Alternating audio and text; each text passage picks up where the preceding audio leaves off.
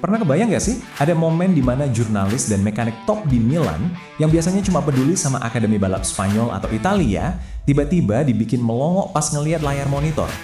Ya, mereka lagi mantengin data telemetri dari seorang remaja asal Gunung Kidul, Indonesia. Namanya Veda Ega Pratama. Gimana ceritanya seorang anak muda dari Asia Tenggara bisa ngacak-ngacak tatanan elit dunia motorsport Eropa? Di analisis kita kali ini kita bakal bongkar habis-habisan fenomena ini. Nah, coba kita bahas ini sebentar. Media-media di Italia, termasuk Eurosport, belakangan ini bikin heboh dengan ngasih gelar Veda sebagai predator baru dari timur dan alien baru dari Indonesia.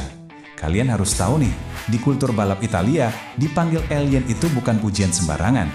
Ini kasta tertinggi, gelar sakral yang cuma dipakai buat legenda mutlak kayak Valentino Rossi, Casey Stoner, atau Marc Marquez. Ngasih julukan seberat ini ke remaja Asia, wah itu pengakuan yang luar biasa langka. Kalau kita perhatiin, situasi di lintasan balap sekarang itu udah kayak kisah klasik David lawan Goliath. Selama ini, dunia balap junior tuh dikuasai sama yang namanya The Golden Trinity. Isinya pembalap-pembalap dengan dana tak terbatas dan didikan akademi terbaik, kayak Brian Uriarte dari Spanyol, atau Hakim Danis dari Malaysia yang punya dukungan teknis super masif. Mereka ini unggulan mutlak. Tapi tiba-tiba, boom, muncul Veda di tengah-tengah mereka. Dia nembus persaingan cuma modal bakat murni sama insting balap yang gila banget. Dan sukses matahin dominasi yang harusnya jadi milik akademi elit Eropa. Masuk ke bagian pertama, data telemetri dan rahasia kecepatan Veda. Kenapa sih insinyur-insinyur Eropa itu bisa sampai geleng-geleng kepala? Rahasianya ada di teknik yang satu ini, trail braking. Data telemetri nunjukin kalau Veda punya gaya ngerem yang super nggak lazim buat anak seumurannya. Dia bisa nahan kecepatan maksimal waktu motor lagi miring-miringnya di tengah tikungan, sambil terus ngoreksi posisi motor secara instan. Ini tuh manuver presisi tingkat dewa, yang biasanya cuma kita lihat di kelas Premier, mirip banget sama gaya Casey Stoner atau Marc Marquez di masa jayanya. Efeknya, Veda bener-bener ngehancurin lawan-lawannya pas di titik pengereman akhir yang paling krusial. Kutipan dari Eurosport Italia ini pas banget buat ngerangkum semuanya. Berpuluh-puluh tahun, ada stigma di pedok Eropa kalau pembalap Asia itu kenceng sih di trek lurus, tapi ciut nyalinya kalau harus duel di zona pengereman. Nah, Veda ngancurin mitos itu berkeping-keping. Seperti yang dibilang medianya, dia itu cepat banget, super agresif, dan yang paling penting, dia nggak ada takut-takutnya sama sekali. Late braking yang dia lakuin itu saking beraninya sampai bikin rival-rivalnya keteteran. Kejadian ini benar-benar nunjukin seberapa gila ketenangan mental Veda. Nyaris gak masuk akal deh. Di satu momen balapan krusial, Uriarte dan Danish nyoba ngejebak Veda pakai taktik sandwich. Mereka ngejepit Veda dari kiri kanan di kecepatan 222 km per jam buat nutup ruang geraknya. Apa Veda panik? Enggak sama sekali. Dia malah ngatur bannya dengan sempurna, nunggu mereka berdua makin dekat, dan di detik terakhir, sret, dia nutup celah itu. Ujung-ujungnya malah Uriarte sama Danish yang frustrasi, ritmenya hancur dan malah bikin kesalahan sendiri. Luar biasa kan? Terus, coba perhatikan angka 0,5 detik ini. Data GPS dari Speedweek yang sempat bocor nunjukin fakta yang bikin merinding. Telemetri ngebuktiin kalau Veda tuh bisa buka gas setengah detik lebih awal dibanding Uriarte atau pembalap lain waktu keluar tikungan. Kalian harus paham ya, di dunia motorsport profesional, selisih setengah detik pas lagi akselerasi itu bukan sekedar jeda waktu biasa, itu tuh ibarat sebuah keabadian. Pertanyaannya, gimana caranya dia bisa buka gas secepat itu tanpa jatuh tergelincir? Orang-orang di pedok menyebut kemampuan ini sebagai the missing link atau rantai yang hilang.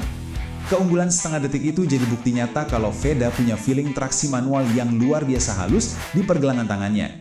Daripada bergantung 100% ke elektronik motor, dia lebih milih pakai insting naturalnya buat ngerasain aspal lewat ban belakang.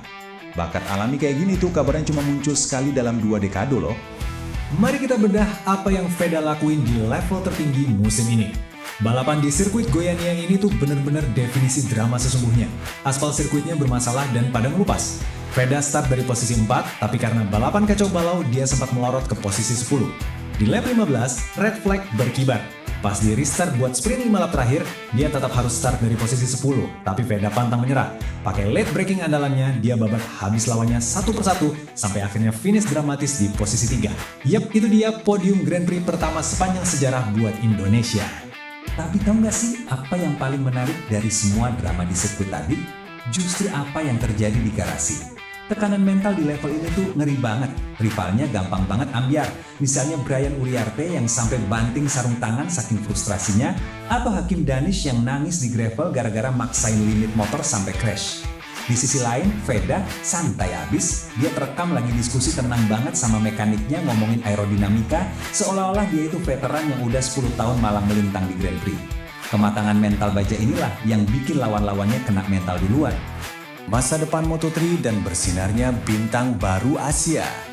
Nah, berkat gabungan talenta murni dan kedewasaan mentalnya tadi, kita bisa lihat buktinya langsung di klasemen Rookie of the Year sementara ini. Veda anteng di puncak dengan 37 poin. Siapa yang dia asapin?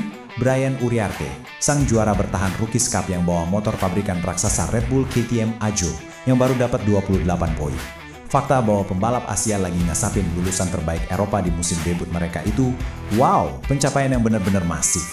Pastinya, performa luar biasa ini bikin pedok Eropa agak panik-panik sedap.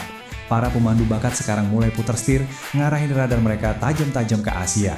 Perburuan buat musim 2027 bahkan udah dimulai dari sekarang. Tim raksasa sekelas CF Moto Aspar Team yang punya slot sampai ke Moto2 kabarnya udah mulai bermanuver buat mengamankan tanda tangan Veda. Bahkan ada pengamat yang bilang kalau Veda bisa konsisten di 5 besar tahun ini, lompat langsung ke Moto2 tahun depan itu sama sekali bukan hal yang mustahil. Kalau kita ingat-ingat lagi, Veda tuh pernah nulis di profil resminya kalau idola panutannya adalah Casey Stoner dan impian terbesarnya adalah bawa pulang gelar juara dunia. Nah, dari semua yang udah kita bahas hari ini, mulai dari feeling manualnya yang ngalahin sistem elektronik, ketenangannya di tengah kekacauan, sampai pace balapnya yang jauh melampaui usianya, saya mau ninggalin kalian dengan satu pertanyaan besar ini. Apakah sang alien dari timur ini emang udah ditakdirkan buat nembus sejarah dan jadi juara dunia MotoGP pertama dari Indonesia? Yang pasti, aksi-aksi gilanya di balapan selanjutnya bakal sangat-sangat layak buat kita tunggu.